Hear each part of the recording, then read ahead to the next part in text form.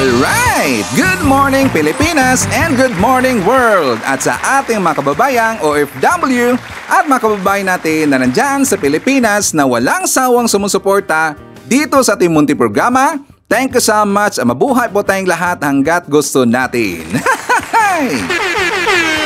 Well, anyways, tuloy-tuloy na po tayo sa tagabalita dito ng mga tamang balita at sagutin ang maling information na ipapakalat ng mga fake news peddlers ng mga anti-Marcos, lalong-lalo na doon galing sa mga DBS na mga vlogger bakabayan. Yes, dapat silang sasagutin. Bakit? Kasi paghahayaan natin sila na lagi pong naninira araw-araw kay BBM at sa Marcos sa may session sa katagalan bakabayan, akal mga paninira ay totoo yan sa mata ng ibang tao. So dapat silang susukutin kasi ang bagong Pilipinas, bawal po ang mga sinungaling. At syempre, kasama niyo pa rin si Sir Ivan, ang pinakabulol na vlogger sa balat ng YouTube, pagbibigay sa inyo ng mga totoo at mga preskong balita na kinukuha natin sa ating kapitbahay na social media. So magandang buhay sa ating lahat mga bayan and a happy Saturday sa ating lahat.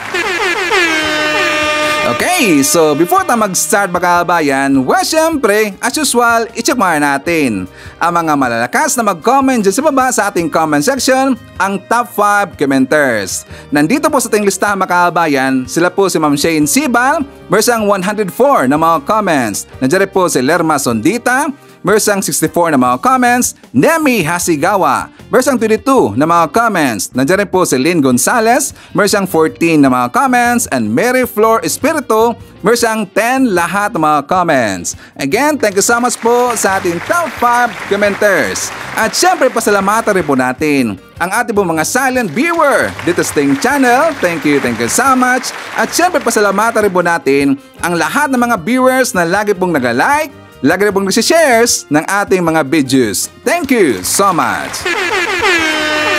And also mga kababayan ko, i-acknowledge po natin ang ating po mga channel members. Nandyan si Maria Luz Lagunsad, Florante Aquino, Barbara Butler, Katita Dar, Susan Torres, Edmond Castillejo, Samuel Membrado, and Via Vivar.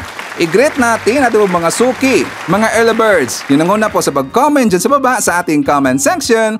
Nandyan sila si Trening Lozano, Rose Guevara, Lynn Gonzalez, Susan Reyes, Nonoy Florin Hills, Ising Mariano. Nandyan rin po si Erickson Tesmo Vlog. Hi daw sa kanyang buong pamilya na nandyan sa Barangay Gingawan, Tanawan, Leyte. And hi to all the members of INC. Nandyan rin po si Aluna Alicabo from Lugait, Mindanao. Hi to Emmy Mapalad, Fee Bronyula, Edita Parutia. Nandiyan rin po si Welma Medina, Mekari, Lenda Lim. Nandiyan rin po si Mayeth Sibuhano, and hi to Carmila Kaimi. Okay, so kumusta ang lahat mga kabayan? How are you today? Well, of course, I'm hoping po na sana magandang ating gising ng umaga at meron tayong energetic po na aura katulad po kay Sir Ivan. Siyempre, as usual, doon po sa ating kababayan po nagigising pa lang at wala pang energy, don't worry, painitin ko po kagad yung mga umaga kasi maraming mga baon na mga pasabog at mga balita sa Ivan na magamit ho natin. Ipandibang po sa mga ipinapakalat na mga fake news ng kabilang kampo, mga fake news peddlers. At syempre mga kababayan ko, dapat natin silang kukurtin araw-araw kasi sila po ay salot ng lipunan. Okay, good morning Pilipinas, Luzon, Visayas at Mindanao. So kahapon mga kababayan ko, talagang sumabog no itong si Senator Bato de la Rosa. Uminit talaga eh. Mukha yatang tumubo po ang buhok sa kanyang ulo mga kababayan kahit wala na pong buhok.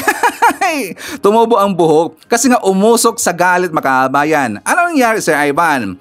Kasi doon po sa Quadcom Committee, sa hearing po doon sa Kamara mga kababayan, tungkol po doon sa EGK at saka sa Pugo, meron kasi pong pasabog, ito pong si Kerwin Espinosa. Diba kilala po natin po si Erwin Makabayan? Kilala natin yan. So itong si Erwin, syempre meron siya pong mga sinabi ng Makabayan na talaga pong dawit na dawit. Ito pong pangalan po ni Senator Bato de la Rosa. According sa kanya Makabayan, kung bakit daw idinawit niya, ito pong si Laila de Lima kasi utos daw yon di umano ni Senator Bato de la Rosa Makabayan. Yun po daw ang sabi ni Bato de la Rosa. Kasi kapag daw hindi po susundin ang utos ni ang utos po po ni Bato mga kababayan, kapag hindi po susundin ni Kerwin Espinosa, baka daw siya ay matulad po sa nangyari po sa kanyang papa na Tinigi mga kababayan. So yun daw ang utos po ni Bato de la Rosa. Kaya nga galit na galit po ito si Bato makahabayan. Sabi niya, sinungaling daw si Kerwin Espinosa. At saka kapag makita niya daw makahabayan, kapag daw makita niya itong si Kerwin Espinosa, susuntukin niya daw sa mukha. Susuntukin niya sa mukha. Mukha yatang katulad po kay BP makahabayan, kay Sara Duterte, manuntok ka agad. Galit na galit si Bato de la Rosa. So dito no, nakikita po natin sa mga sunod-sunod po na mga hearing dyan po sa Kamara makahabayan tungkol po sa EJK, talagang lumiliwanag na ngayon, ito pong si Bato de la Rosa, malaki talaga po ang kanyang role sa nangyari doon sa EJK makahabayan. Talagang dawit na dawit talaga ang pangalan ni Bato de la Rosa. At saka pagalit-galit ka agad makahabayan, galit na galit ka agad, di ba? Gunggong talaga eh. So marami talaga pong makawawa na mga tao, mga personalidad sa panahon po ni Digong makahabayan. Ang iba tinigi dahil po ito po ay collateral damage, ang iba makahabayan mga inosente talaga. So marami talaga pong nadawit at saka namatay po sa panahon po ni Digong na mga inosente makahabayan. Talagang nakagulat no. At saka buti na lang, ito pong si Kerwin Espinosa makahabayan, medyo siguro siya po ay nakonsensya dito. So sinabi niya na po ang lahat-lahat ng kanyang nalalaman makahabayan. So at least sinabi niya po lahat. At marami po mga personalidad, mga pulis, doon po sa hearing makahabayan na nadawit rin po. Yun pong si yung name po na pulis makahabayan na Marcos rin po apelido, 'di ba? Humingi siya ng paumanhin doon at saka sabi niya na peace na daw sila makahabayan. Kasi nga syempre parang binaliktad niya kasi ang akusasyon po ni Kerwin doon sa kanya makahabayan ng pulis po na name po or apelido po yung Marcos. So maraming nangyari talaga. Pero ang lahat po ng mga media makahabayan, yung mga vlogger, doon kasi po nakafocus kay Bato de la Rosa kasi nga galit na galit. Umuusok talaga eh, di ba? At saka good job no, doon po sa Quadcom Committee sa Kamara Makahabayan for the job well done. Marami kasi dito pong nahubaran po ng pagkatao, pinubaran po yung mukha makahabayan. At saka nalaman na natin po, ito pong tungkol po sa mga Duterte. So marami na pong nakakaalam makahabayan. So yan po ay magandang balita. So anyways, makahabayan ko, forward tayo. I'm sure nakita nyo na po yung vlog po ni Christian Sian Gasa makahabayan. Sila Sir Ivan. Actually po sa hindi po nakakilala po kay Christian Gasa, siya po ay lifestyle vlogger makahabayan. Lifestyle vlogger pero 2 days ago, very unusual kasi meron po siyang vlog makahabayan tungkol po sa politics. Yung tungkol po sa Comelec makahabayan. Isiniwalat niya kasi na tungkol po dito po sa partner ng Mero System makahabayan na kung saan yung kumpanya na yon na isa pong not trading kundi construction company makahabayan na naging partner po ng Mero System. So yan po isiniwalat niya. At saka napag-alaman rin po natin, dito po galing po kay Christian Gasa makahabayan, even though alam ko na po yan makahabayan. So galing po sa vlog po ni Christian Gasa na yung St. Timothy Construction Company makahabayan, konektado po sa mga Duterte. Connected po sa mga Duterte makahabayan. Kaya siya po'y nag-iingay kung bakit pinayagan po ng Comelec na maging partner po ng Mero System makahabayan. Ang ibig sabihin, kapag nagpatuloy pa, ito pong pagiging partner po ng St. Timothy Construction and Corporation doon po sa Mero System makahabayan, baka nga magiging advantage ito ng mga Duterte. So before tayo papatuloy po sa ating pong opinion makahabayan, tsaka analysis po dito po sa sinabi po ni Christian Gasa, ipapakita ko muna sa inyo po ang kanyang vlog para aware tayo. For more details, let's watch this. For the past few months, naging busy ang ating gobyerno, particularly ang Senado, Malacanang, and the entire executive department kay Alice Guo and Pastor Quiboloy. And for the past few weeks, ang sambayanang Pilipino ay naging abala sa mga tumatakbo or nagpa-file ng certificate of candidacy na iba't ibang mga personalidad. And behind all these government circus, politics, circus for the past few weeks, for the past few months in the Philippines, nasa lisihan pala tayo. Nasa lisihan. What do you mean, Sian? Ito palang Commission on Elections, nagpa-bidding last year. Tama ba last year? Yun ang di ko sure. Nagpabidding sila kung sino ang pwedeng kumontrata sa darating na 2025 elections. Mga gagawa ng mga makina, balota, canvassing machines, and everything else. Isa lang yung bidder. Bakit? Mga foreign companies, mga IT companies na malalaki sa buong mundo, ayaw sa Pilipinas. Magulo eh. Daming korupsyon, daming red tape. Dahil mga kung anik-anik, sakit sa ulo. Kaya ayaw nilang makialam sa eleksyon ng bansang Pilipinas. Pero merong isang naglakas loob sa hindi maipaliwanag na kadahilanan. Miro Systems of South Korea. Ang malupit dyan, dahil walang ibang nakipag-bidding, no choice ang COMELEC. Isa lang yung nakipag-bid, so kailangan nilang aprobahan yung kaisa-isang yun. 18 billion pesos ang napagkasundo ang kontrata. Magbabayad ng COMELEC ang bansang Pilipinas. Alright, pondo ng bayan ng 18 billion pesos to Miro Systems para i-operate ang buong eleksyon sa 2025. Now, sa hindi maipaliwanag na kadahilanan naman, mga Marcy, ito hindi ito chismis ha. Facts ito. Yung Miro Systems ay kumuha ng local partner sa ating bansa. Local companies, local corporations. Tatlo. At yung tatlong yon, sa hindi may paliwanag na kadahilanan, ay may link lahat sa Duterte administration, particularly yung St. Timothy Construction Corporation na pagmamay-ari ni Sara Diskaya and Curly Diskaya. Hindi tunay na pangalan. Si Sara Diskaya and Pacifico Diskaya II. Mag-asawa ite. Siyang! Sino naman yan? Pakialam namin dyan, artista ba yan? Politiko ba yan? Ang mag-asawang Diskaya ay ang #1 contractor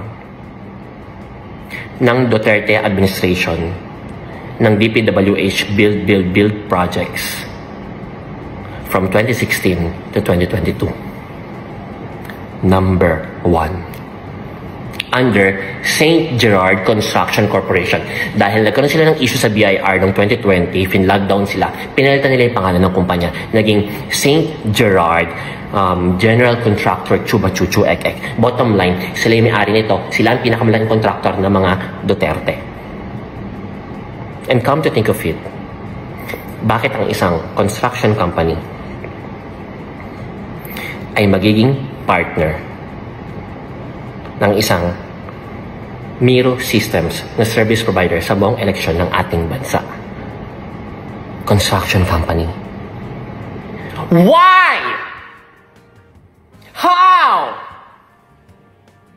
Siyan, sure ka ba dyan? Na talagang yung St. Timothy Construction ay na partner ng Miro Systems ay talagang konektado sa mga Diskayas na biggest contractor ng Duterte. How sure are you? How sure I am? Check nyo yung articles of incorporation nila 10 years ago, 9 years ago, I forgot what is the exact year, and you will see their names. Pacifico Diskaya II and Cesara, blah blah blah, it's a long name, Diskaya. And take note,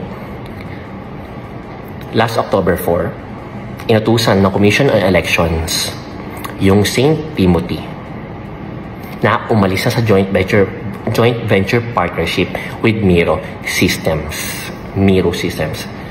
Kung hindi lehitimo ang conflict of interest na ito, bakit yun gagawin ng COMELEC? Ang problema natin ngayon, for the past 1 year or more than 1 year of preparations, na-expose na lahat ng mga balota and election machines. With St. Timothy, with the Diskayas. So COMELEC, I'm asking you this question right now. Anong assurance po yung maibibigay nyo sa amin, sa taong bayan, na hindi compromise yung magiging election sa 2025? Okay, so ito pong vlog po ni Sian Gasa makahabain. At talagang nag-viral ho ito. Umabot yata ng 6 million if I'm not mistaken. 6 million makahabain ang views na yan. That is 2 days ago. So ito pong concern po ni Sian Gasa kasi nga nakapasok po yung contractor makabayan, yung partner po ng Mero System na kung saan konektado directly po sa mga Duterte. Totoo ba yan, Sir Ivan? Actually, narinig ko na po yan. Narinig ko yan makabayan na that is week ago yata, if not mistaken. Week ago or mga 2 weeks ago na meron daw nakapasok po na partner. Nakapag-partner dito sa Mero System na konektado po ng mga Duterte. Actually, mukha talagang true makabayan. Bakit ba yan nasabi si Ivan? Kasi yan po'y inaksyonan na po ng COMELEC. Ito pong St. Timothy Construction Corporation Makabayan, tinanggal kaagad po ni Commissioner Garcia ng COMELEC kasi nga napag-alaman na meron po dito pong conflict of interest Makabayan. So tinanggal kaagad. Pero ang sabi dito kasi sa balita na kahit na sinabi po na baka daw meron conflict of interest na meron dang mga kandidatong tumakbo ng local at saka sa national Makabayan candidates, kaya daw ito ay tinanggal. Pero doon po sa balita Makabayan na nakita ko po sa GMA, umatras daw. Ang word na ginamit doon, umatras daw makabayan. Para siguro hindi po mapahiya. Para siguro po hindi po mapahiya makabayan. Kaya ang ginamit po na word, umatras. Well, actually, tinanggal talaga yung makabayan. Kasi nga, nagkaroon dito po ng conflict of interest. So ang vlog po ni Sian Gasa makabayan, that is 2 days ago. Pero yan po yung inaksyonan po week ago makabayan ng ating COMELEC. Tsaka ito po ang ating ebidensya na balita makabayan. For more details, let's watch this. Umatras sa joint venture partnership ang isa sa 3 local partners ng Mero Systems para sa pagsusupply ng mga automated counting machine na gagamitin sa eleksyon 2025. Ito ay matapos malaman ng COMELEC na may ilang personalidad na konektado sa St. Timothy Construction Corporation na maaaring tumakbo sa local at national positions. Ayon sa Mero Systems, nag-withdraw ang STCC dahil sa posibleng conflict of interest. Isang STCC sa mga miyembro ng joint venture. May 2 pa naman daw silang local partners. Kahit may papel ang STCC para makasunod sa regulatory compliance requirements, anila walang direktang kontribusyon ang kumpanya sa paggawa ng kanilang voting machines o mga serbisyong gagamitin sa 2025 national and local elections. Okay, kay Sian Gasa, don't worry kasi po tinanggal na po, bro. Okay? So sa concern niya makabayan, sa concern po ni Sian Gasa, baka daw na kompromiso na yung data at saka yung system. Paano daw makakasiguro o ang COMELEC na wala pong mangyaring dayan po sa next year po na election makabayan? Di ba yan po ang kanyang concern? Paano daw makasiguro at saka paano daw makapagbigay dito po ng kasiguruhan ang COMELEC na hindi po yun nakompromiso kasi nga yung St. Timothy Construction Corporation konektado po sa mga Duterte makabayan. So dito po lumalabas ulit ito at saka lumiliwanag na kung bakit biglang umatras ito pong si Digong na, di ba, the other day makabayan, nakita natin po si Digong na nandun na talaga po ito sa Manila. Yung deadline date po ng filing of COC. Actually, nandun po si Digong sa Manila, makabayan. May nakita po tayo pong video na yan, pero hindi ko lang po nakapakita dito eh. Actually, nakita ko makabayan na si Digong pumunta doon kay Bungo, pumunta doon kay Bato de la Rosa, at siya po ay nagtangka po na mag-file po na bilang senator makabayan. So, dahil nga, wala na po sila ito pong backup, wala na po yung St. Timothy Construction Corporation makabayan, kaya siya po ay umatras makabayan. So, ibig sabihin dito, magiging fair na po dito at meron pong transparency na mangyayari during po sa election makabayan. Okay? So ako na po ang sasagot kay Sian Gasa. Para siya po ay magiging kampante at lahat po ng mga botante makabayan para po tayo ay magiging kampante sa gagawin po na election next year sa yan po sa pangunguna po ng Mero System makabayan. Actually kahapon meron pong pahayag ang taga COMELEC at saka yung Mero System makabayan. Handa-handa sila na i-check po ang kanilang system, ang data ng kanila pong machine makabayan. For more details, let's watch this. Naghahanda na ang COMELEC sa gagawing source code review para sa Bilang Pilipino 2025. Ayon sa poll body, bukas ang gagawing review sa mga political party at iba pang stakeholder. Nasa frontline ng balitang yan, si Mon Gualvez. Ipinasilip ng COMELEC ang ilang data servers na nakapwesto sa Makati City na gagamitin sa darating na Bilang Pilipino 2025. Dito papasok ang resulta ng magiging botohan sa Mayo. Nakasetup na rin ang nasa 100 computer terminals para naman sa local source code review na sisimulan sa Lunes. Ayon sa COMELEC, ang source code ang may tuturing na pinakamahalagang bahagi ng automated election. Yan kasi ang nagbibigay yan ng utak na nagbibigay ng kaalaman doon sa ating mga makina. Ano ang gagawin nila? Paano magpe-perform yung makina? Paano siya bibilang? Paano siya magtatransmit? Pag-aaralan. Tama ba talaga yung command? Tama ba talaga yung code? Bukod sa mismong automated counting machines, kasama rin sa susuriing mga source code ang para sa transmission o paghahatid ng boto at overseas internet voting. Kasama sa mga sasali sa source code review ang ilang election watchdogs gaya ng Parish Pastoral Council for Responsible Voting o PPCRV at National Movement for Free Elections o NAMFREL. Paglilinaw ng COMELEC, bukas naman sa lahat ng mga stakeholders o kahit mga political party itong gagawing local source code review. Tatagal ito ng halos 3 buwan o hanggang Disyembre ngayong taon. Isa sa nais tutukan ng local source code review ang maiwasan na may naka-pre-program sa makina o may una na itong nakalagay na sistema. Ang bagong election provider ng bansa na Miru Systems, aminadong unang beses naranasan ang ganitong proseso. It's tedious, but we are very anticipating that the results will be good, and we're excited. We asked the Filipino people, the very good people to ensure trust in us. Kung silang araw ang tatanungin, gusto nilang isapubliko mga source code dahil naniniwalang Miru na hindi ito mapapasok ng mga hacker. Bagay na hindi pinayagan ng COMELEC. Oras na matapos ang nasabing local source code review, nakatakda naman itong isalang sa international certification para masiguro ang transparent at malinis na eleksyon. Yan, maganda po ang ginawa po na hakbang ng COMELEC at saka ng Miru, makabayan. Okay yan, para magiging kampante po yung mga botante at saka magkaroon dito po ng transparency, makabayan. Okay yan. Kasi nga nandyan po yung mga election watchdog, i-check nila po yung system, makabayan, at saka yung source code for straight 3 months, makabayan. Straight 3 months. So dapat pagkakatiwalaan po natin po itong Miru system, makabayan. Okay? So tungkol po doon sa post po ni Sian Gasa, makabayan, actually ipinatanggal po ng taga COMELEC. Kahapon, makabayan. Kahapon ipinatanggal po yung vlog po ni Sian Gasa. Kasi nga 'di ba binanggit niya doon yung apelido po ng Duterte, makabayan. 'Di ba binanggit niya for how many times? I think mga 4 times yata yon or 5 times. Binanggit niya kasi yung apelido pong Duterte. Well, alam mo natin, na ito pong si Sian Gasa anti-Duterte sa, makabayan. Pero siyempre, ang point kasi dito po ng taga COMELEC, gusto nila kasi na pagiging neutral, makabayan. Kasi nga COMELEC yan eh. 'Di ba? Dapat po na magiging neutral at wala pong babanggitin po na sino bang sangkot dito, or direct itong merong conflict of interest, kanino. So ayaw po ng COMELEC na ganyan, makabayan. So minarabat po na na-request sila doon po kay Sian Gasa na tatanggalin lang po ang kanyang vlog, makabayan. At so yan po tinanggal po ni Sian Gasa. Okay? So anyways, forward tayo. I think and I'm sure na nakita niyo rin po yung tungkol po sa balita, makabayan, na daw si Kibuloy na, makabayan, dismiss na daw ang kanyang mga kaso, yung mga mabibigat daw na mga kaso doon sa US, makabayan.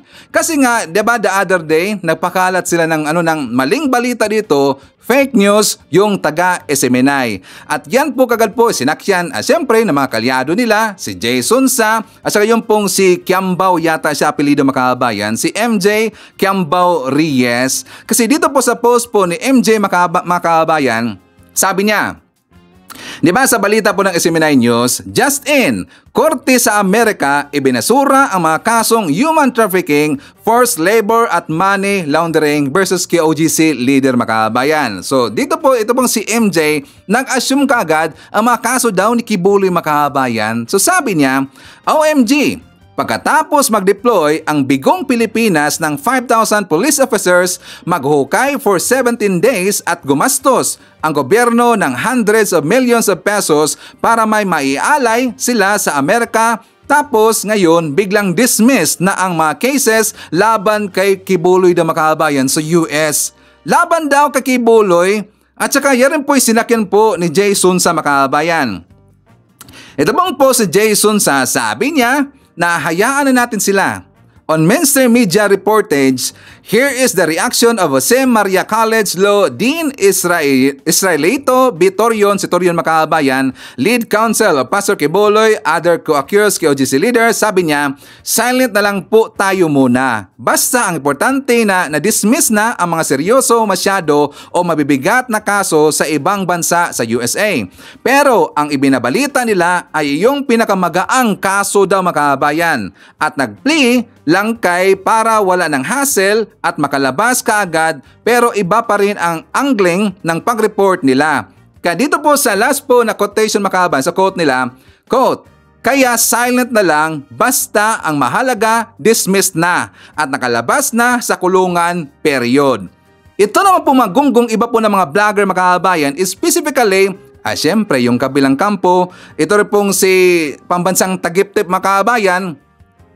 Si Pambansang Tagiptip, abay napaka-misleading talaga at talaga pong napaka-fake news Makabayan. Fake news sa fake news at ang dami po talaga pong nauto. Ito pong si Pambansang Tagiptip Makabayan. Tingnan nyo lang po ang kanyang thumbnail. Pastor Quiboloy, nakalabas na ng kulungan, period. Ginamit niya yung post po ni Jason sa Makabayan, yung nakalabas na daw ng kulungan, period. Pero dito sa taas, nilagyan na Pastor Quiboloy, nakalabas na. Ang dami talaga pong nauto sa kanyang vlog Makabayan. Tingnan nyo lang po ang mga comment dyan sa baba. Sabi dito, praise God! Malaya ka na po, Pastor Quiboloy. Malaya si Pastor Quiboloy. Masaya po kami para sa inyo at sa KOGC. Blah blah blah. Maraming sinabi Makabayan. At saka ang dami talaga pong sinabi na talagang nauto. Sabi pa dito, congrats pastor, di natutulog ang Diyos. Sabi pa dito, kahit kailan daw hindi mananalo ang masama sa kabutihan. Looks familiar. Kahit kailan hindi mananalo ang kasamaan laban sa kadiliman. Ang gamit po ni Rocky Makabayan. Tingnan nyo, ang dami tayong nauto, no? Kasi nga, dito po sa kanyang mismong sinabi niya Makabayan, ipaparinig ko lang po sa inyo ang kanyang sinabi po ni Pambansang Tagiptip para meron po tayong ebidensya na talaga pong sinabi niya Makabayan. For more details, let's hear this. Masayang araw, mga kapiel. Kung kahapon, sumakit ang ulo ng mga bangag dahil sa balitang binasura na ng bansang Amerika ang iilang kaso ni Pastor Apollo Quiboloy. Ngayon, mga kababayan, baka hindi lang po sumakit ang ulo nila, kundi baka magbigti na si Risa. At baka tumalo na rin sa Ilog Pasig ang mga bangag. Kasi likod ng Malacanang, Ilog Pasig na yan, mga kababayan. Dahil sa balitang ito, isang oras pa lamang po ang nakakalipas mula nang naipost po ito ni Tito Jason sa mga kababayan. Basahin ko po para malaman ninyo kung ano ang napakagandang balitang ito para sa mga kaanib ng Kingdom of Jesus Christ at lahat ng mga nakasuporta kay Pastor Apollo Quiboloy na hindi po kaanib ng KOJC. Okay, pero bago natin ito simulan. Basta yun naman Kabayan. Ang word po na ginamit kasi ni Jason sabi niya, basta ang mahalaga nakalaya na sa kulungan, period. Pero dinugtungan niya Kabayan, si Quiboloy daw ang nakalaya. Paano makakalaya si Quiboloy samantalang nandiyan pa siya sa Pilipinas Kabayan? Diba? Gunggong talaga eh. Itong si Pambansang Tagiptip, hindi gumagamit po ng critical thinking Kabayan at saka common sense. Si Quiboloy, nandiyan pa rin po nakakulong. Paano po ma-dismiss ang kanyang kaso samantalang hindi pa po nililitis Kabayan? Kundi ang nililitis, yung pong nandun po sa US, yun pong si Marisa Duenas Kabayan. Yun kasi. At saka itong si Duenas, meron kasing ginawa sila ang kanyang legal team na plea bargaining agreement Kabayan na kung saan aamin siya sa kanyang kasalanan o sa kaso, saka in return, mabababa po ang kanyang sentensya po ng kanyang kaso, yung kaso rin po na the same po ni Quiboloy Kabayan. Hindi po si Quiboloy Kasi nga, di ba, dinismiss yun yung sa qualified trafficking at saka marami pang iba makaabayan. Pero ang naiwan, yun pong sa marriage fraud makaabayan at saka yung visa fraud. Pero ito pong si Maris Duenas, hindi pa rin po siya makakaligtas makaabayan kasi malaking posibilidad na siya po ay makukulong 6 to 7 years. So ang ibig sabihin dito po, pambansang Tagiptip, talaga pong inilaglag. Inilaglag po itong si Quiboloy ni Duenas makaabayan. Inilaglag ho ito. Bakit? Kasi nga dito po sa pag-amin po ni Duenas, talagang magagamit ito ng taga-DOJ makaabayan. Magagamit nila ito. At saka para po sa balita makaabayan, pakita ko muna ito. For more details, let's watch this. Pumirma ng plea agreement sa Amerika ang isang opisyal ng Kingdom of Jesus Christ para mapababa ang kanyang sentensya sa kasong sangkot din si Pastor Apollo Quiboloy. Inamin niyang nagsasabwatan sila sa paggawa ng peking kasal sa mga miyembro para maging US citizen. Nasa frontline ng balitang yan, si Riniel Pawit. Nadidiin lalo si Kingdom of Jesus Christ founder Pastor Apollo Quiboloy. Yan ay matapos kumanta ang matagal ng administrator ng KOJC sa California na si Marisa Duenas. Naghain siya ng guilty plea at pumirma ng kasunduan sa United States Attorney's Office para mapagaan ang kanyang parusa sa kasong conspiracy to commit immigration fraud.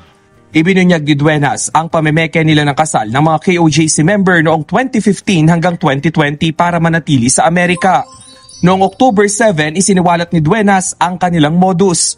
Kunwari raw nilang ikakasal ang dalawang KOJC member, isang US citizen at isang hindi. Layo nitong maging permanent resident ang hindi pa citizen ng Amerika. Ang trabaho ni Duenas, palabasing totoo ang kasal. Pinapraktis niya ang dalawang kunwaring mag-asawa para makalusot sa mga tanong ng immigration at makapasa sa citizenship. Kapag pareho ng permanent resident ang peking mag-asawa, sunod nilang gagawin ang peking divorce para ipaasawa ulit sa iba pang miyembrong hindi pa US citizen. Kailangan maging US citizen ang mga miyembro ng KOJC para hindi maputol ang kanilang pagsusulisit ng dolyar sa Amerika para sa bogus charity ni Quiboloy. Ayon sa ating Department of Justice, maaaring gamitin ng prosecutor ang plea agreement ni Duenas para mapatibay ang kaso ni Quiboloy. Mga kasong conspiracy to engage in by force, fraud and coercion, and bulk cash smuggling ang hinaharap ni Quiboloy sa Amerika. Nakakulong naman siya ngayon dito sa Pilipinas sa kasong qualified human trafficking. Naghain pa siya ng kandidatura sa pagkasenador. Itong pag-file ni Pastor Apollo Quiboloy bilang senador ay sa tingin ho ng DOJ ay isa yang parang challenge no sa ating gobyerno at sa gobyerno ng USA na mag-file na ng extradition dahil hindi naman po pwedeng maging senador ang isang accused ng human trafficking. Ayon naman kay Senator Risa Hontiveros na chairperson ng komiting nagsiwala ng pang-aabuso ni Quiboloy, hihilingin nilang humarap sa pagdinig ng Senado ang pastor sa October 23. Sa loob at labas ng bansa, palapit na ng palapit ang araw ng pagkamit ng hustisya para sa mga biktima ng krimen ni Apollo Quiboloy. Umaasa rin daw si Hontiveros na makikipagtulungan si Duenas sa ginawa nilang investigasyon laban sa pastor. O, di ba? Nagdiwang sila ngayong makaabayan kasi sila po ay nauto. Huwag magkampante, pambansang Tagiptip. Narinig mo ang sinabi po ng yung ASEC po ng DOJ na si Clabano makaabayan na dahil po sa pag-file po ni Quiboloy, nag-file siya ng COC at tatakbo siya bilang senator makaabayan, mas lalong mamadaliin dito po. Extradite po dito na taga-US na ito pong si Quiboloy, may papadala na po doon sa US makaabayan. Yan po mangyari, mas lalong mapapabilis kasi nga matcha-challenge dito po yung US makaabayan kasi nga siyempre si Quiboloy kapag siya po ay mananalo dito bilang senator, meron kasi siyang proteksyon makaabayan. So yan po ang challenge ngayon ng US at saka ng DOJ. Mamadaliin na dito po ang pagpalipad po ni Quiboloy papunta doon sa US makaabayan. Di ba nakakatawa talaga eh. Ano na, pambansang Tagiptip, napaka-fake yung gunggong na to. And also sa post po ni Kiambao makaabayan, ay ang post po ni MJ Kiambao, talagang tinanggal nila, nagdeletan po sila ng post. Kasi nga pati rin po ito pong si Sasot, nagpost po si Sasot, nagpost po si MJ Kiambao, yung pong si Jay Sunsa, tsaka yung mga trolls nila doon sa Twitter makaabayan, ang dami talaga pong nagdeletan ngayon ng kanilang post. Kasi sila po ay napahiya makaabayan. Pero siyempre, ang vlogger po na si Pambansang Tagiptip, makapal kasi ang kanyang muka na kahit na ang kanyang vlog ay fake news mga kababayan, nandyan pa rin po yan. So partida Pambansang Tagiptip, ipaparinig ko sa iyo yung sinabi po ng inyong kalyado na SMNI fake news peddlers. Mga mabibigat na kaso laban sa isa sa mga leader ng Kingdom of Jesus Christ na si Marisa Dueñas ang ibinasura po ng Korte sa Amerika. Ang detalye ng balita mula kay Hannah Jane Sancho. O di ba kay Marisa Dueñas, walang sinabi po kay Kibuloy. Yan o partida yan, mismong network ninyo, SMNI, siya nang sabi na wala pong kinalaman po doon kay Kibuloy or hindi po yung kaso ni Kibuloy, kundi ang kaso po ni Marisa Dueñas. Yun po ang na-dismiss. Pero hindi siya makalusot po sa visa fraud plus marriage fraud mga kabayan. Hindi makalusot doon itong sa Marisa Dueñas. Ang kaso ni Kibuloy, nandyan pa rin po yan. Nakakatawa naman. Ngayon, nadilitan kayo ng mga post nyo. Diba? Fake news talaga eh. At saka ipapakita ko po sa inyo ang post po ni Trixie Makabayan. Kasi ito pong si Trixie, nag-post rin po siya Makabayan. So ngayon, ang kanyang follower, medyo duda talaga eh. Nagdududa Makabayan, mismong follower po at saka viewer po ni Trixie. Nagtanong siya, sabi niya, why is it that a statement from SMNI that Pastor Kibuloy indictment is dismissed na Makabayan?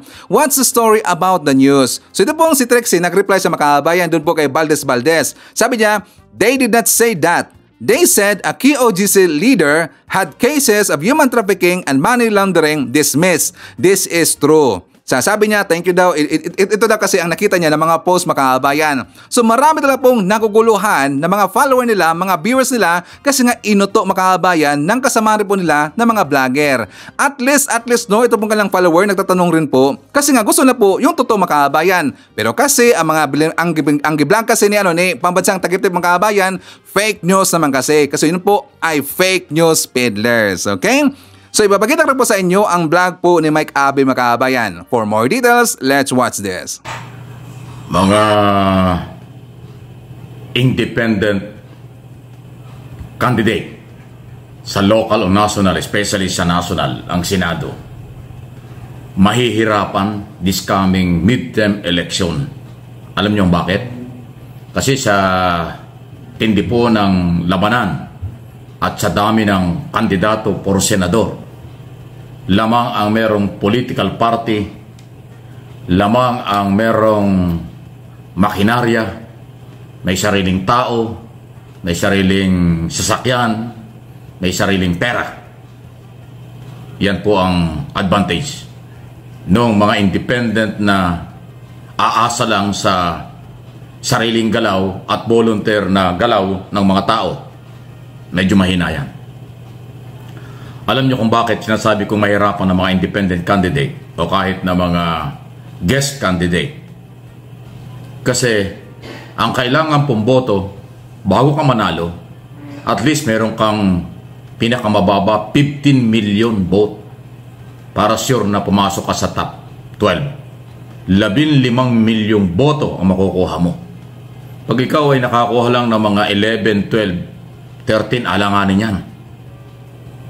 At least kung ikaw ay nasa 15 million vote, matibay-tibay yan sa top 10. Okay? Saan mo kukunin yan kung kulang ka sa makinarya, kulang ka sa manpower, kulang ka sa pera? Ang pera hindi pambili, kundi ang pera ay pagpapagawa ng mga poster, pag-organisa ng rally, pamasahe sa iba't ibang lugar sa buong bansa. 7,100 island. Alam ba ninyo na wala pang kandidato sa kasaysayan ng bansa ang naikot ang lahat ng isla ng Pilipinas sa loob ng 3 buwan? Kahit may sarili kang aeroplano, may sarili kang chopper, o may barko ka pa. Kasi may mga lugar na hindi naman abot ng aeroplano. May mga lugar na ni chopper hindi pwede. Paano mo mararating yung mga liblib na lugar? Kahit marami kang pera. So magsisiksikan ang mga kandidato dito sa Luzon, okay, dahil majority pa rin ng mga registered voters nakabase sa 3 rehiyon. National Capital Region, Region 4, at Region 3. O ang Luzon. Pasintabi na ho sa Visayas at Mindanao, Malaki din ang boto nila, pero kahit pagsamahin mo yung Visayas Mindanao, malaki pa rin na sa Luzon kasi marami talagang tao. Lalo na po itong 3 region na nabanggit ko. Dito lang sa Metro Manila, ilang milyon ang tao rito. So dito lang talaga sila mag-aagawan na mga independent candidate. Tapos baluarte pa ito ng malaking politiko at political party. Kaya ang hirap ng laban. Hindi ko nga alam kung saan sila humugot ng lakas ng loob para kumandidato sa pagiging senador. Kasi yung issue na kailangan harapin ko yung problema ng kahirapan, problema sa education, problema ng senior citizen, problema ng manggagawa, yan po yung mga luma. Pinaglipasan na ng panahon ng mga political statement para makakuha ng boto. Maniwala kayo sa akin, iba na ang galaw ng politika ngayon. Iba na ang kaisipan ngayon ng mga botante. Majority ng mga botante, kabataan, aware sila sa totoong nangyayari. Hindi na sila pwedeng pabudol. Hindi na sila pwedeng mabola. Alam nila ang nagsasabi ng totoo. Alam nila ang may kakayanan at wala. Alam nila ang nanggagamit lang. Yun po yun. Kaya napakahirap ng independent candidate at napakahirap din ng kandidato. Meron ka mang political party pero kulang ka sa manpower at pera para maikot ang buong bansa. Yan ang advantage ng kandidato ng gobyerno dahil may makinarya, may political party, alyansa, konforme ho sa kakayanan ng ini-endorse ng kandidato.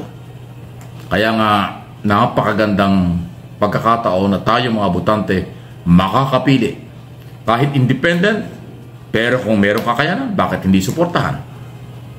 Kahit na nasa malaking political party, kung alam naman nating mababaw at hindi nila kaya ang malalalim na trabaho sa Senado, bakit mo naman susuportahan? Lalo na kung yung mga kandidato identify nating mapanirang uri, mapagtanggol, maghihiganti lang ang tunay na layunin. Mga agaw lang ng kapangyarihan. Kapag nagkaroon ng pagkakataon, paano mo nasusuportahan yun? So ang kailangan may paninindigan, may malalim na agenda, may malalim na kaalaman para sa pag-uunlad ng bayan. International issue, national issue, at issue pang kabuhayan tulad ng pagkain at tamang education. Okay? So, sa akin pong analysis, opinion, interpretation sa nangyayari, malayong malayo na ang style ng politika ngayon kaysa nung araw. Although hindi na nawawala yung vote buying or di umano'y dayaan. Maliliit lang naman yan nagiging statement lang ng mga politiko at political party, nadaya sila kahit alam nilang natalo. Ayaw nila tumanggap ng pagkatalo. Pero yung actual na dayaan hindi na ho ganun katindi dahil una-una, computerized na ngayon. Napakabilis na mabasa ang mga boto ng ating mga kababayan. Halos pagdating ng alas 12 ng hating gabi o kinabukasan after election, alam na natin ang leading. Alam na natin ang top 5, top 10 ng mga senatorial candidate. Ayan, okay? Kaya again, di ko naman dinidiscourage kayo, napakahirap ng independent candidate. Maraming kulang at mahirap humabol sa labanan. Pero ang pag-asa lang, base sa inyong credential, base sa inyong kakayanan, yan ang pwedeng panghawakan. Pero huwag naman kayong padala doon sa maraming makinarya, maraming pera, maraming sasakyan, kilala, pero wala namang sapat na kaalaman sa trabaho. Ayan naman ang magiging laban doon. Kaya again, ulitin ko, kahit pa ulit-ulit tayo, lagi akong nananawagan o maapila, pag-asa ng bayan mula sa mga botanteng Pilipino, mula sa mga registered voters. Huwag nating iasa sa politiko, political party ang ating buhay at ang ating kinabukasan. Ang pagpili ng tamang kandidato, yan ang pag-asa. Walang pagsisisi. Iwasan natin tayo magsisi dahil 6 na taong magsisisi ka pag senador. 3 taong magsisisi ka sa congressman at local official pag ibinoto mo. Kung hindi ka naman sigurado. Huwag mag-alala, maraming pagpipilian. Kung hindi man nyo mapuno yung 12 na senador, pwede namang i-blanco nyo yan. Guhitan lang nyo yung bilog. Okay na yon. Hindi na yun madadaya. Di ba? Bilog lang yon. Pagka binulugan nyo ng 50% yan, mababasa rin. Pero kung isang guhit lang, hindi na. Di ba? So, okay mag-alala. May resibo ang pagboto ngayon, kaya alam mo kung nabasa o hindi. Kailangan mo maging practical na tayo. Huwag nang padala sa lumang politika, sa lumang style. Dahil nakataya ang buhay ninyo, ng inyong pamilya, ng inyong magiging anak at apo. Buhay ng kabataan nakataya sa tuwing mag-ieleksyon. Kaya dapat tunay na makatao at tunay na may alam at kakayanan harapin ang problema ng bansa. Yun ho ang nasabi namin. Okay, so dito po sa mga DDS makabayan, hindi ba sila naawa dito kay Digong? Hindi ba nila dapat na i-advise siguro makabayan na papahingain na itong si Digong makabayan? Ang nangyari sa Ivan? Kasi napansin ko doon sa post po ni Vic Rodriguez makabayan, napansin ko doon na ito kasing si Digong naihi pala sa pantalon makabayan. Nahihi po sa kanyang pantalon. Tingnan nyo, stable pa ba si Digong? Naihi na sa pantalon makabayan. Tapos ngayon ginagamit pa rin po noon ng kanyang mga alipores ng mga politiko. Mayroon po mga personal na interest. At saka talagang hinahay pa nila. Ito pong si Digong makabayan ng kanyang mga vloggers. Pero dapat I think it's time na talaga na ito pong si Digong na pagpahingain na po makabayan. Hindi na po stable si Digong sa kanya o sa physically and also sa mental po makabayan. Mentally and physically, hindi na po stable itong si Digong. 1-4 pa ang kanyang pagtatakbo bilang mayor dyan po sa Davao City makabayan. Mukha talagang may something talaga, no? Ano kayang meron dyan sa Davao makabayan? Ano kayang meron dyan sa Davao makabayan, no? Na ayaw pong bitawan po ng mga Duterte. There's something wrong talaga at yan po ay nakakaduda. So at least nandyan na po si Attorney Nograles makabayan, si Carlo Nograles. Ito po ang makalaban po ni Digong. So Carlo Nograles. So before tayo mag-jump po sa ating next topic makabayan, iset up natin. Nandyan po si Sonia Darnayla, Ani Hoson, nandiyan rin po si Shanay, Antonio Payos, hi to Belinda Dison, Lyra Palma, nandiyan rin po si Erlinda Dancalan, Lerma Sondita, Emalita Navio, hi to Lods Asuncion, Florifigo Mapak, nandiyan rin po si Flaviana Avila, Teresita Banda, hi to Melinda Malanon, Grace Gruta, Veronic Antonio, nandiyan rin po si Romeo Caro Gigato Jr. Okay, so makabayan ko, ipakita ko muna sa inyo po ang ating good news. For more details, let's watch this. Sa harap naman ng banta ng mas tumitinding mga kalamidad, sinulong ni Pangulong Ferdinand R. Marcos Jr. sa ASEAN Plus 3 Summit ang pinaigting na food security, lalo pat ang Pilipinas ang isa sa pinakaapektado ng climate change. Mula sa Lao PDR, ang sentro ng balita ihahatid ni Clazel Cardilla. Clazel. Hinikayat ni Pangulong Ferdinand R. Marcos Jr. na palakasin ang hakbang sa pagreserba ng mga pangunahing pagkain. Ipinanawagan ng punong ehekutibo sa ASEAN Plus 3 sa 44th at 45th ASEAN Summit and related summit sa Vientiane, Laos. Layo nitong matiyak na may sapat na supply ng pagkain gaya ng bigas sa panahon ng krisis. Batay sa 2024 World Risk Index, isa ang Pilipinas sa mga bansa na may pinakamataas na panganib dulot ng banta ng climate change. May epekto ito sa agrikultura at supply ng pagkain. Kaya pinaigting pa ng Pilipinas ang suporta sa ASEAN Plus 3 Emergency Rice Reserve Agreement. Kasunduan ito sa pagitan ng Association of Southeast Asian Nations, kasama ang China, Japan at South Korea na layong magtatag ng food reserve na magagamit sa panahon ng kalamidad o iba pang emergency. Inihayag ni Pangulong Marcos ang pagtulak na muling pag-aralan ng ASEAN-India Trade and Goods Agreement. Gawin itong mas simple at bawasan ang trade restriction sa pangangalakal. Isa ang India sa mga pinagkukuhanan ng bigas ng Pilipinas at iba pang bansa.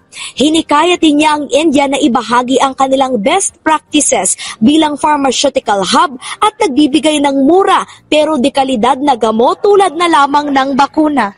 Kabilang ang ASEAN-India Summit sa 8 pagpupulong na dinaluhan ni Pangulong Marcos sa ikalawang araw ng ASEAN Summit kahapon. Marcos! Bago lumahok sa ika-44 at ika-45 ASEAN Summit and related summits sa Lao People's Democratic Republic, binisita muna ni Pangulong Ferdinand R. Marcos Jr. ang Filipino community sa Vientiane. Ito ang kauna-unahang beses ni Pangulong Marcos sa naturang bansa. Hindi akalain ng punong ehekutibo na marami tayong kababayan sa Laos na nagsisilbi bilang mga guro, inhinyero, hospitality worker at iba pang trabaho. Nagulat ako, sinabi hindi, ang dami nating mga kababayan doon at ganito ang kanilang trabaho, ganito ang kanilang mga ginagawa. Kaya talagang maliwanag talaga once again na nakita ko ang katunayan na yung Pinoy talaga kahit saan mo ilagay.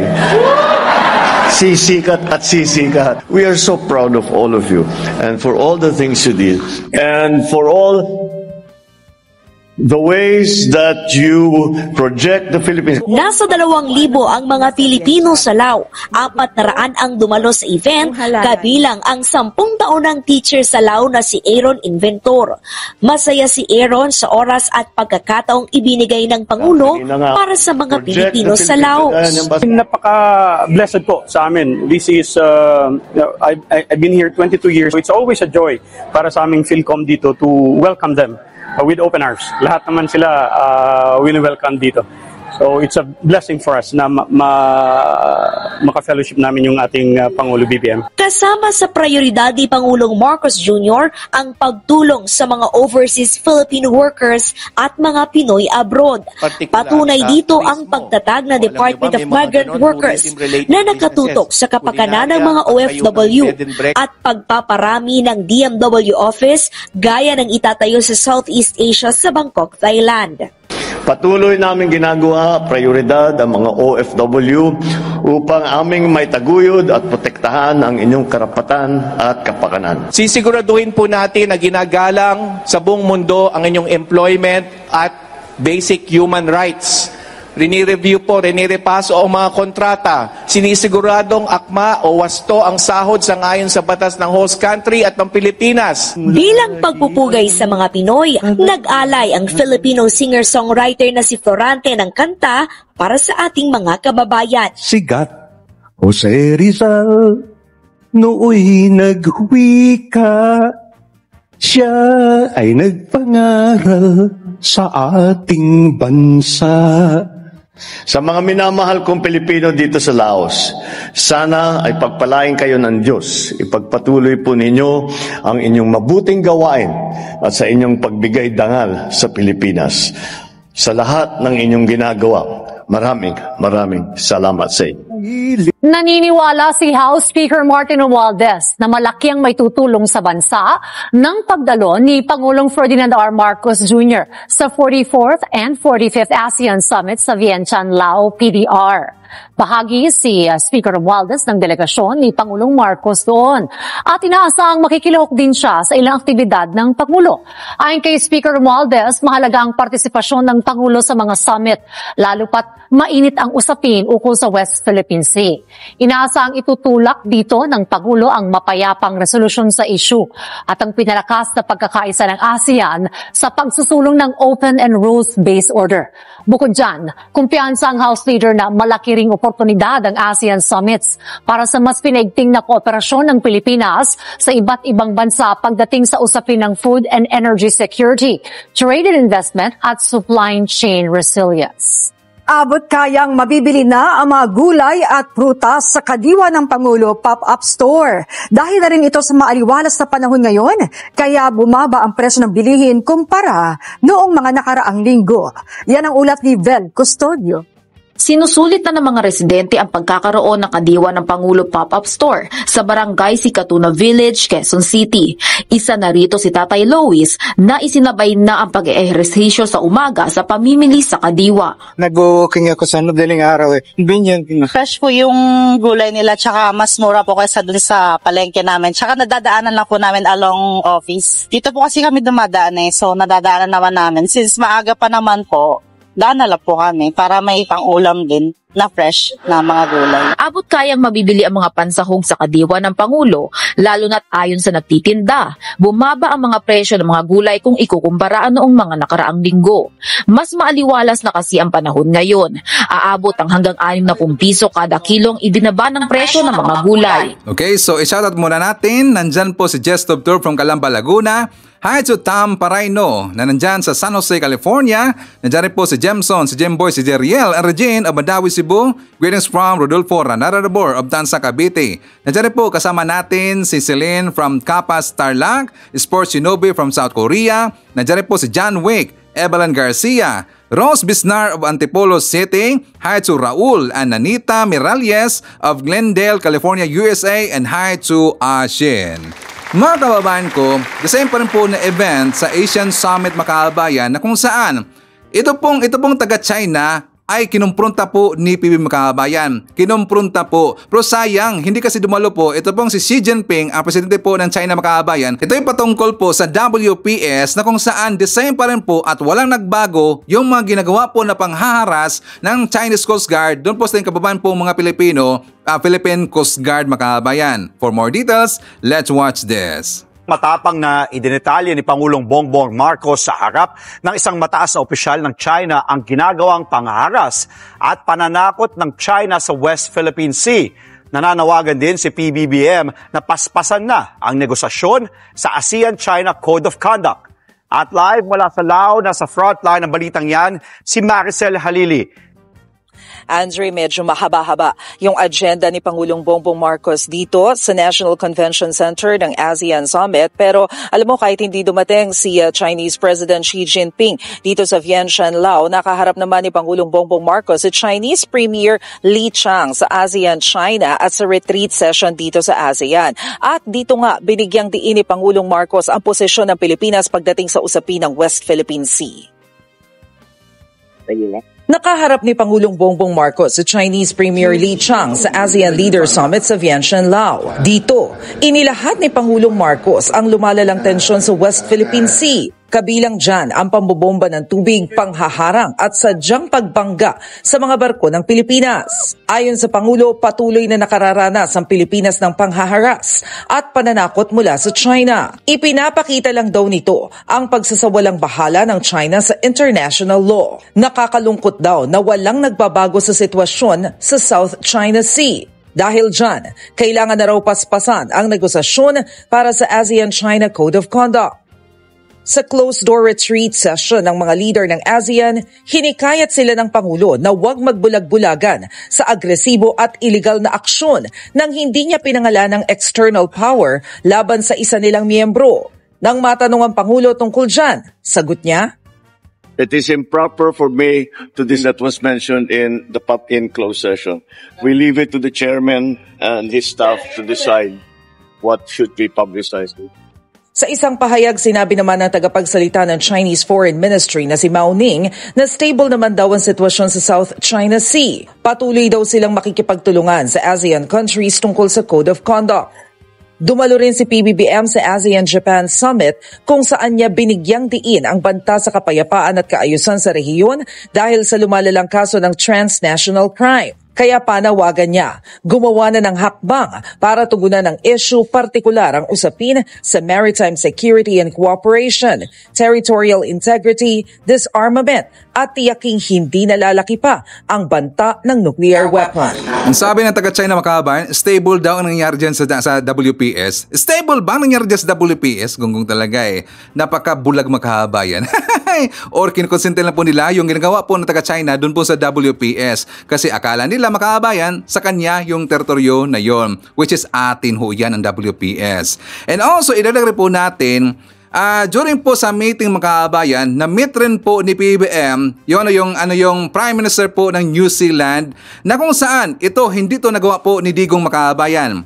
Ano yan, Sir Ivan? Kasi doon po sa pag-meet po ni PBM sa Prime Minister po ng New Zealand, ipromote niya kasi ang Filipino food makabayan, ang Jollibee.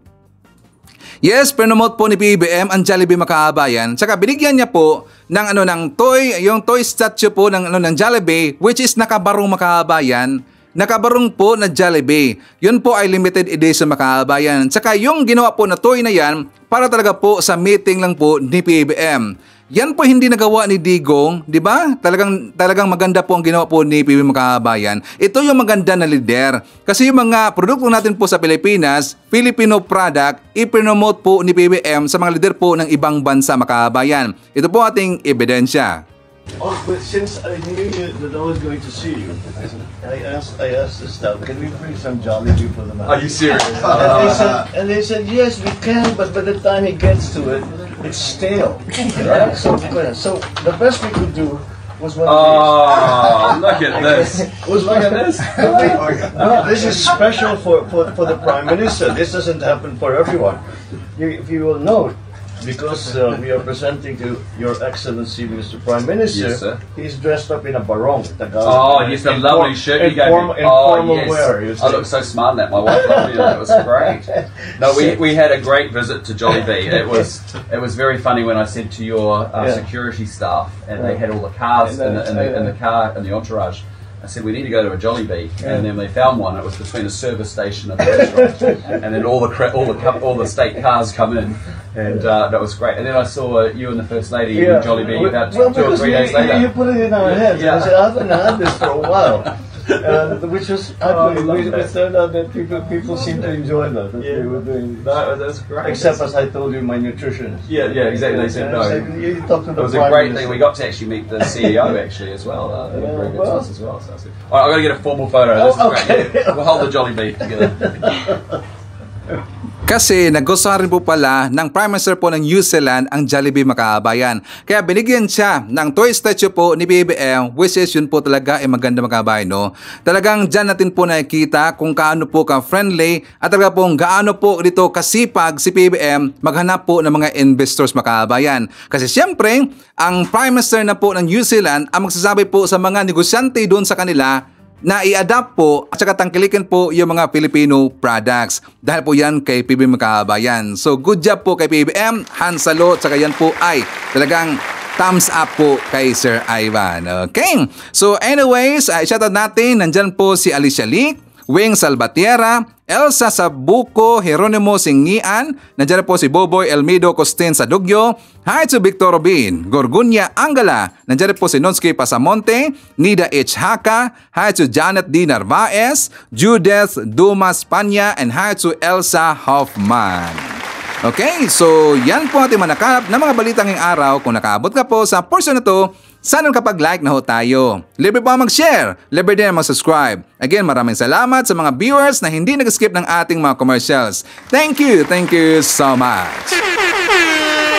At before natin tatapusin ang ating programa ngayong araw, sana sabayan nyo si Sir Ivan para sa ating live messaging prayer.